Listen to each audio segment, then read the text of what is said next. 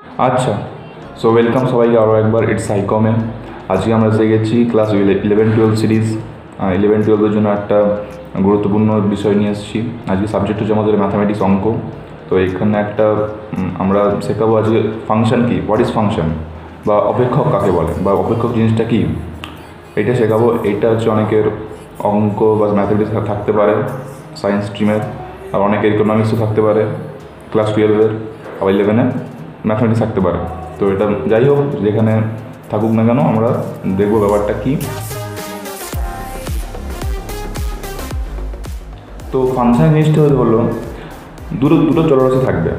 দুটো চলরাশি যে কোনো হতে পারে, যে কোনো চলরাশি হতে পারে। তো একটি চলরাশি অপর চলরাশির উপর ডিপেন্ড করে থাকবে বা নির্ভর করবে, মানে একটি চলরাশির মান অপর চলরাশির মানের উপর নির্ভর করবে, তখন তাকে বলা হবে একটির অপরটির অপেক্ষক।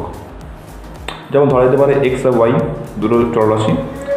ওয়াইয়ের মান যদি এক্সের উপর নির্ভর করে তখন বলা হবে ওয়াইকে বলা হবে এক্সের অপেক্ষক। ক্লিয়ার? এবার এটাকে একটু আমি দেখে নেবো খাতা কলমে। আচ্ছা, তো ফাংশন আমরা এসে গেছি। ফাংশন ব্যাপারটা হচ্ছে এখানে দুটো চলরাশি আমরা এক্স আর ওয়াই ধরলাম। তো ওয়াইয়ের মান এক্সের উপর নির্ভর করছে, তাই ওয়াই হচ্ছে এক্সের অপেক্ষক। ঠিক আছে? তাই যেহেতু আমরা এক্সের মান যে কোনো ধরতে পারছি, যে কোনো মান, তাই এটা হচ্ছে ইন্ডিপেন্ডেন্ট বা স্বাধীন চলরাশি। এবং যেহেতু এক্সের উপর ডিপেন্ড করছে ওয়াইয়ের মান, তাই এটা হচ্ছে ডিপেন্ডেন্ট চলরাশি বা নির্ভরশীল চলরাশি। তাই ঠিক আছে, ক্লিয়ার? এবার হচ্ছে এক্সাম্পল আছে একটা, যেমন Y is equal two 2x + 3। এখানে এক্সের মান যদি 1 হয় তাহলে 2 × 2 + 3 মানে 5, তাহলে ওয়াইয়ের মান হবে 5। এক্সের মান যদি 5 হয়, 1 হয় এক্সের মান, তবে ওয়াইয়ের মান হবে 5। ঠিক আছে? ঠিক তেমনই এক্সের মান যদি আমরা 2 ধরি তো ওয়াইয়ের মান হবে 7। তো এক্সের মান যদি আমরা 2 ধরি তো ওয়াইয়ের মান হবে 7। এটা হচ্ছে অপেক্ষক বা ফাংশন।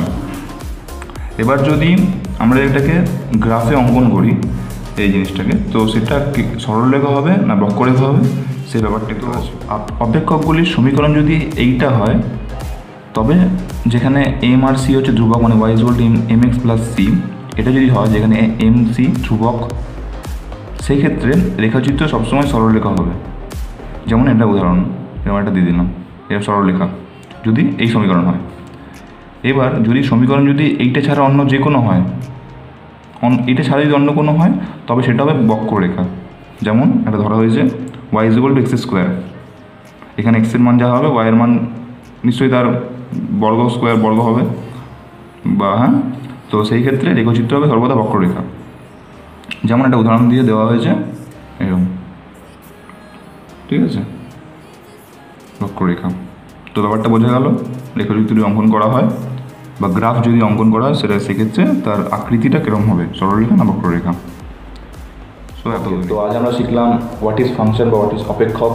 এটা আশা করি অনেকের কাজে আসবে যারা 11-12 পড়ছো বেসিক্যালি, তাদের জন্য। প্লাস যারা নিচু ক্লাস যাবে তারাও শিখে রাখতে পারো, বা উঁচু ক্লাস যাবে তারাও শিখে রাখতে পারো। কিছু ভুল হলে অবশ্যই আমার কমেন্টে জানাবে, এবং কমেন্ট করো এবং লাইক করো যদি ভিডিওটা অবশ্যই ভালো লাগে, এবং সাবস্ক্রাইব করে দিও ভালো লাগলে। এরকম যদি আরও ভিডিও চাও তো অবশ্যই। ঠিক আছে? তো আজকের মতো এতটাই, পরের ভিডিও দেখা হবে। তো আজকের মতো বাই।